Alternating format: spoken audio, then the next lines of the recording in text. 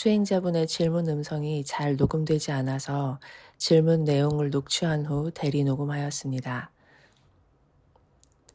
일상생활에서 반조를 한다는 게 똑같은 애가 있을 때 저에게 덤비는 애들에게는 화가 안 나는데 멍청하고 이런 애들에게는 화가 나요.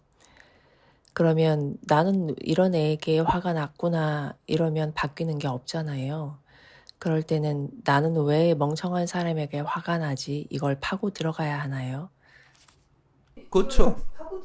그 원인을 봐야죠. 그건 보살님이 이제 저 제가 이렇게 됐으면 좋겠다, 똑똑했으면 좋겠다, 뭐 이런 거에 대한 그 바람이 있으니까, 욕망이 있으니까 그렇지 않은 사람에 대해서 화를 가리키는 사람들은 보통 제자들이 똑똑하길 바라고 뭔가 지혜롭게 하길 바라는데 그렇게 안 했을 때는 거기에 대한 불만족이 생기잖아요. 그러니까 그냥 그 학생을 있는 그대로 보는 연습을 해야 되는 거죠. 이게 사회생활을 할 때도 적용이 되더라고요. 사람이 조금 못된 사람은 용납이 되는데 어리석은 사람은 용납을 못하는 게 있더라고요. 왜 그럴까? 저도 어리석을 텐데. 그러니까 보살님의 그건 욕망하고 관계 있어요. 사람은 이래야 된다 하는 그런 거하고 관계 있어요. 그러니까 자기가 지혜로워야 된다고 생각. 뭐 그건 저도 마찬가지인 거예요. 제가 제자들을 대할 때 내가 옛날에 공부했던 방식이 있고 내가 그렇게 열심히 했는데 그만큼 안 하면은 그 열받거든요. 그렇게 화가 날 거 아니에요. 그런데 그런 기준을 갖고 사람을 보면은 그거는 계속 불만족이 생기거든요. 근데 그걸 일단은 내려놓고 그 사람의 상태에서 지금 그 사람이 어떤 마음인지 이런 걸 봐야 되거든. 상태가 어떤지. 그러니까 내 욕심에 의해서 보는 게 아니라 내 마음은 좀 내려놓고 그냥 말 그대로 있는 그대로 본단 말이 그 말이거든요.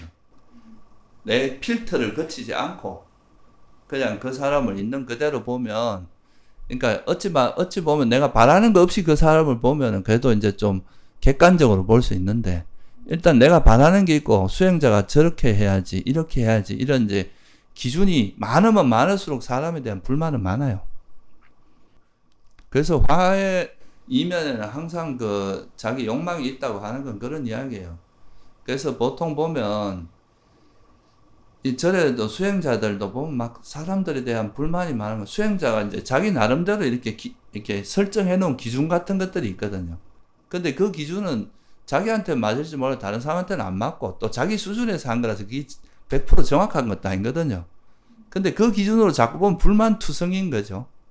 그런데 그런 마음들이 이제 쉬어져야 진짜 수행자가 되는 거예요.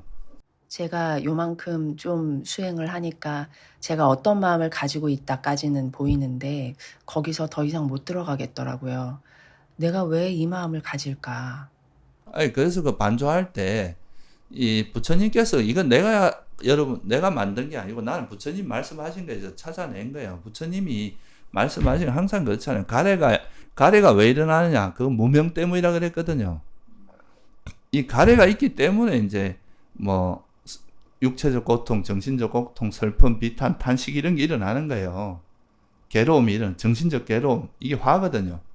그래서 사실 우리가 화를 낸다는 거는 그 속에 내가 뭔가 집착하는 게 있으니까 화를 내거든요. 그게 아예 없는 사람들은 화가 날 일이 없잖아요. 그냥 보살님이 저 산속에 있는 나뭇가지를 누가 가져간다 해서 뭐 어떻게 한다고 별로 관심 없잖아요. 내가 거기에 대한 애착이 전혀 없기 때문에. 근데 내가 뭔가 이렇게 됐으면 한다는 그런 바람이 있는데 그대로 안 되면 그거는 화가 나거든요. 학생들도 이렇게 공부를 열심히 해야 돼. 또는 뭐 아침에는 뭐 몇 시까지는 꼭 와야지. 뭐 이런 기준들이 많을수록 거기에 그렇지 않은 사람에 대해서 화를 낼 수밖에 없고, 그냥 그런 기준이 있다 하더라도 이제 내가 그 집착만 안 하면 그냥 저 사람은 저걸 어겼구나 이렇게만 되지 화는 안 나거든요. 그러니까 이제 그런 거를 좀 이해하시면 좀 더 이제 우리가 그래서 내가 뭔가 바라는 게 없고 집착하는, 그냥 이제 뭐 내가 어떻게 해야 된다 이런 기준점은 있을 수 있지만, 부처님도 바른 견해를 갖고 계시지만 그 바른 견해에 대한 집착이 없으니까 제자들한테 이렇게 가르치지만 제자들이 뭐 그 따르고 안 따르고 그런 건 그 사람 몫인데, 안 따른다고 해서 뭐 부처님께서 화를 내진 않잖아요. 경책을 할 수는 있어도 안 들어도 화는 안 내거든요. 근데 이제 내가 이렇게 돼야 된다고 집착하고 있을 때는 안 하면은 막 성질나고 막 그 사람에 대해서 비난하고 막 이래 되는 거죠. 그래서 결국은 이제 화가 일어나는 게 이면은 자기 집착이나 견해 이런 게 있기 때문에 거기에 달라붙어 있는 내가 뭔가 상대를 가고 이런 집착이 있으면 상대를 내 마음대로 통제하려고 하는 또 마음도 보통 개입하거든요. 그런 것들이 이제 좀 놓아진 상태에서 이제 욕망과 성내 없이 평온한 마음으로 대처하면 이제 훨씬 지혜롭게 할 수 있게 돼요. 쉽진 않은 이야기인데 그렇게 이제 되도록 노력하는 게 수행이라고 볼 수 있는 거예요. 당장 그렇게 된다 이거는 쉽지 않은 이야기인데 우리가 계속 이 욕망과 성냄이 없는 그런 마음 상태를 계속 꾸준히 개발하다 보면 그 삼매 힘이 강해지면서 하루 종일 삼매가 유지되는 그런 이제 만약에 정도의 힘이 되면 항상 이렇게 마음이 그래도 이렇게 균형 잡혀 있고 어떤 대상을 봐도 그래 뭐 집착, 화내 이런 마음이 거의 없다 보니까 좀 더 이렇게 평온한 마음으로 상황을 볼 수 있고 그게 이제 사람이 지혜가 성장해 가는 과정이기도 하고 그래요.